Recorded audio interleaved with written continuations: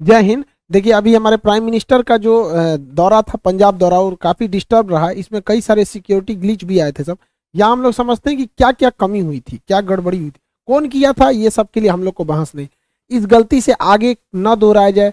कहाँ कहाँ मेन जो की पॉइंट्स थे जहाँ पर इसको ध्यान रखना चाहिए था, वो उसको हम समझते हैं। देखिए, मेनली था हमारे प्राइम मिनिस्टर का पंजाब में दौरा था, जहां पर वो कई सारी योजनाओं का भी उद्घाटन करने वाले थे। ये चुनावी रैली भी थी, लेकिन कई सारे विकास की योजनाओं में भी था, कई बहुत महत्वपूर्ण योजनाएं भी थी। तो दिल्ली से ये भटिंडा गए थे बाई फ्लाइट। भटिंडा से हेलीकॉप्टर से जाना था हुसैनी वाला, फिर वहां से जाना था फिरोजपुर।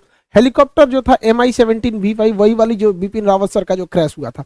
तो हेलीकॉप्टर को पहले 2 बार उड़ा के देखा गया, मौसम बहुत खराब था, तो लास्ट टाइम पे डिसीजन लिया गया कि सड़क से जाना है। सड़क से जाने था हुसैनी वाला, उसके बाद यहाँ से 25 किलोमीटर आगे फिरोजपुर।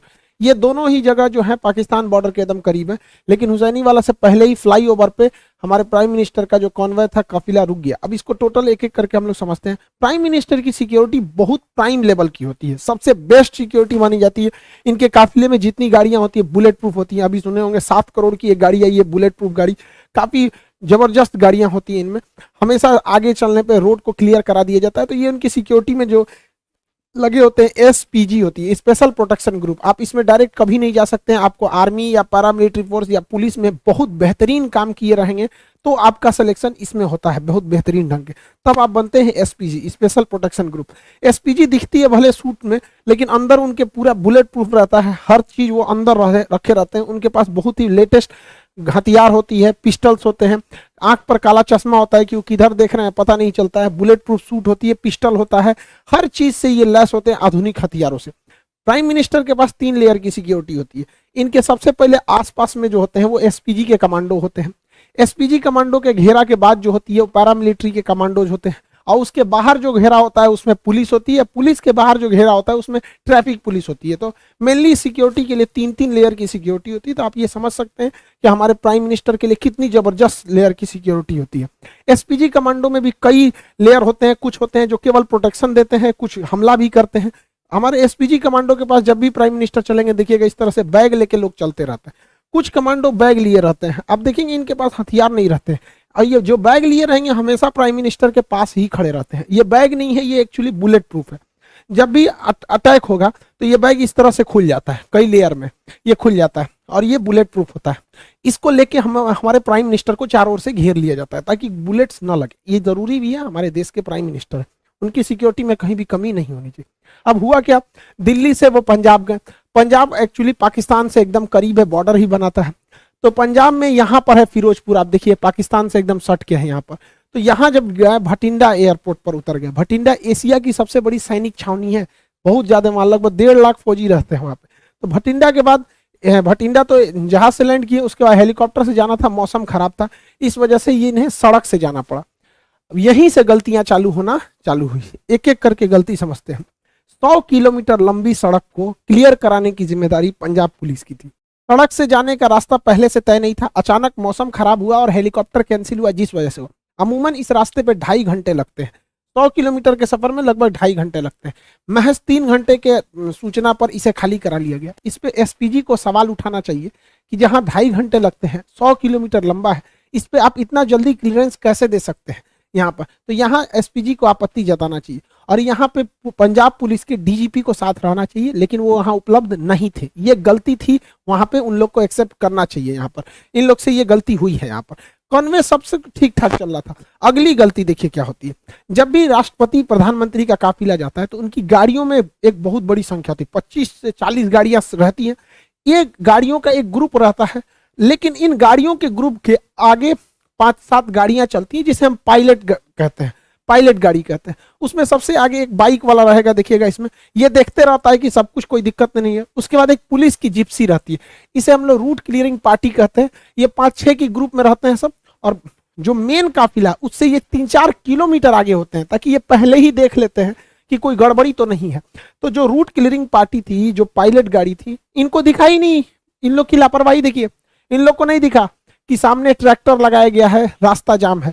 कैसे ये लोग यही रास्ता बताते रहते हैं, वायरलेस पे पीछे कांटेक्ट में रहते हैं।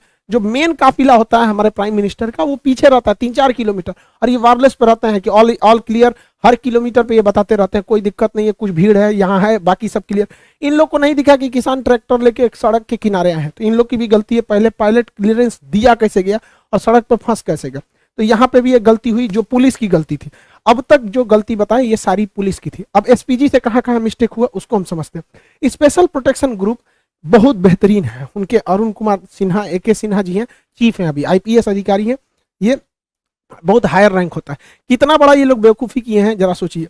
PM का काफिला लगभग आधे घंटे 20 से 30 मिनट फ्लाईओवर पे रोका है लोग, ये लोग बुद्धि देखिए इन लोग का, मतलब पुल पे रोक दिए हैं प्राइम मिनिस्टर को। क्यों? तो भैया पुलवा आगे से जाम है। अच्छा ये बताओ अगर पीछे से जाम कर देता तो पुलवे पे अटक जाता। अरे भैया अगर आपको 20 मिनट रोकना था, आपको लग रहा था जाम है, तो थोड़ा सा पीछे आके रुकते हैं, पुलवा पे चढ़ के काहे लिए रोके हैं? फ्लाईओवर पे हमारे प्रधानमंत्री को रोक देंगे भाई? ये NSG SPG से सवाल होना चाहिए कि, और ये प्रोटोकॉल में लिखना चाहिए, हिस्ट्री में जो डिफेंस है उसमें पढ़ाना चाहिए कि किसी भी प्राइम मिनिस्टर, राष्ट्रपति या VVIP को फ्लाईओवर पे नहीं रोक सकते।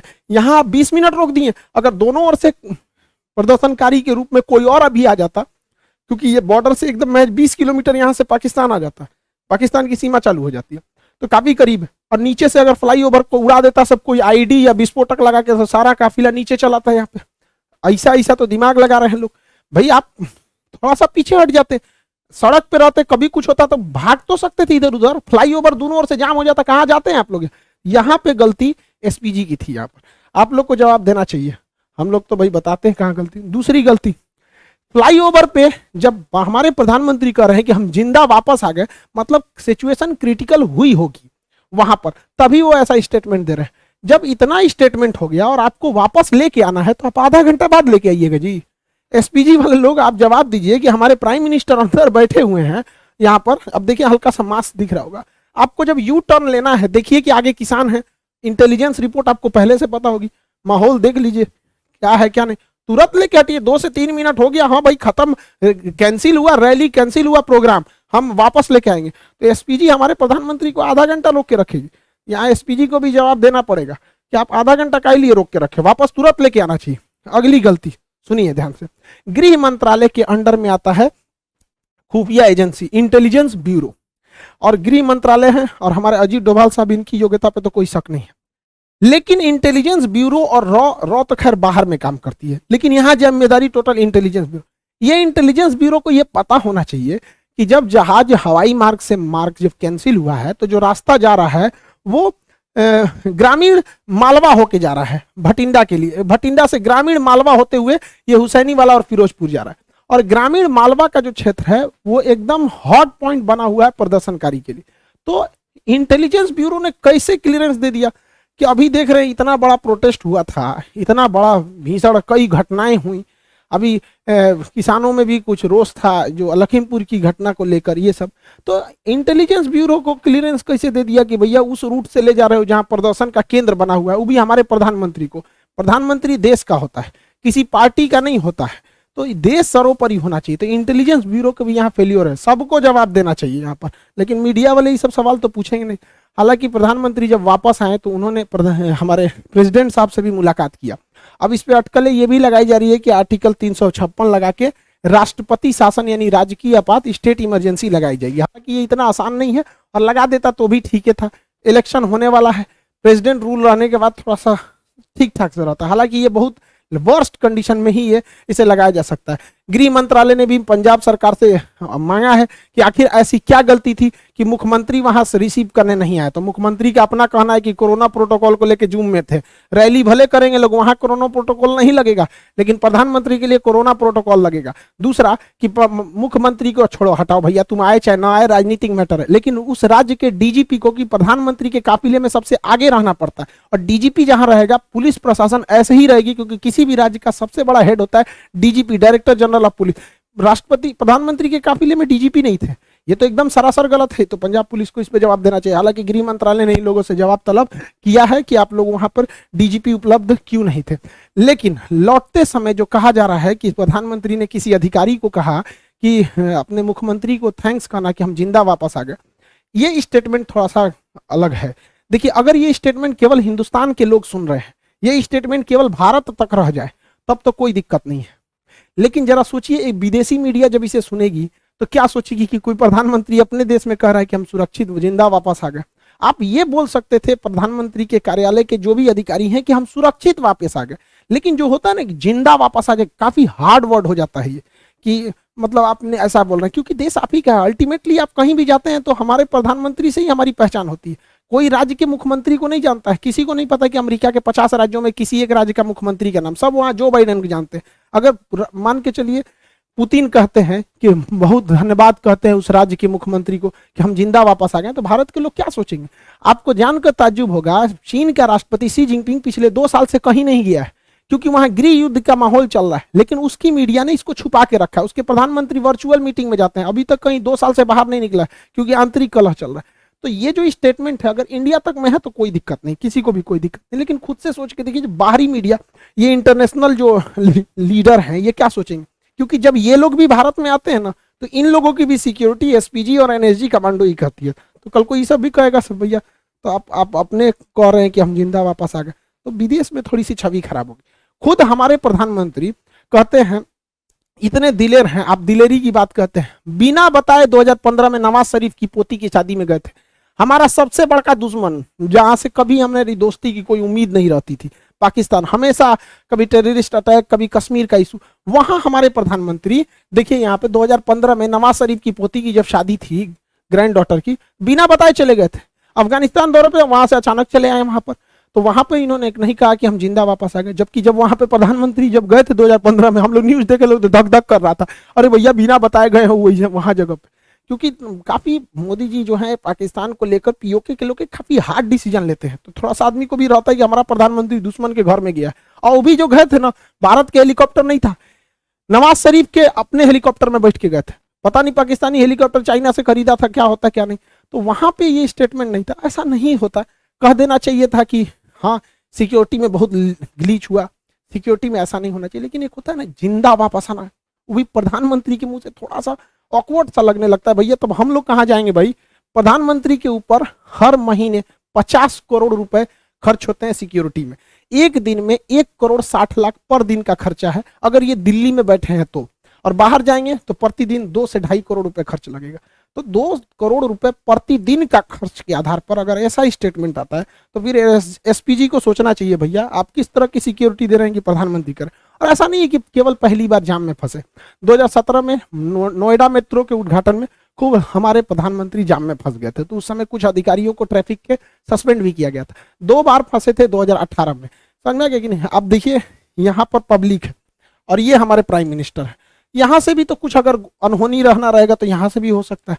यहाँ पे अब यहीं पे देख लीजिए, यहाँ हमारे नितिन गडकरी साहब हैं, सड़क परिवहन मंत्री, यहाँ प्राइम मिनिस्टर, यहाँ पे पब्लिक इतनी ज्यादा, यहाँ पे भी इतना नहीं है, सिक्योरिटी बहुत सजग रहती है। अब वो जमाना नहीं है इंदिरा गांधी वाला या फिर राजीव गांधी वाला, लेकिन फिर भी देश के प्रधानमंत्री की सुरक्षा के साथ ऐसा खिलवाड़ अच्छी बात नहीं है। जो भी है गलत है उसको सजा देनी चाहिए और रूल बुक में इसको रखना चाहिए कि कभी किसी फ्लाईओवर पे आधा घंटा तक किसी प्रधानमंत्री को वेट नहीं कराना चाहिए। और दोनों लग से प्रदर्शनकारियों को भी दूर रखना चाहिए। हमारे काफिले से बताइए, महज कुछ दूरी पर थे प्रदर्शनकारी, वहां से दिख रहे थे, और जो उनके समर्थक हैं हमारे प्राइम मिनिस्टर के, उन लोगों को भी कहते हैं कि तू लोग भैया काहे लिए उतना पास चलाया। यहाँ देखिए ये एसपीजी खड़ा है, ये हमारे प्रधानमंत्री की गाड़ी है, इसमें बैठे हुए हैं, ये उनके समर्थक है। तो भैया समर्थक लोग तुम भी दूर रहो, वरना तुम्हारे भेष में कोई भी आ सकता है, और विरोध वाले भी तुम भी दूर रहो। और इस पे हम लोग को लेसन लेना चाहिए। हम तो कहते हैं ना एक चीज कि देश में जब तक जितना बार इलेक्शन होगा ना कुछ तांडव होगा।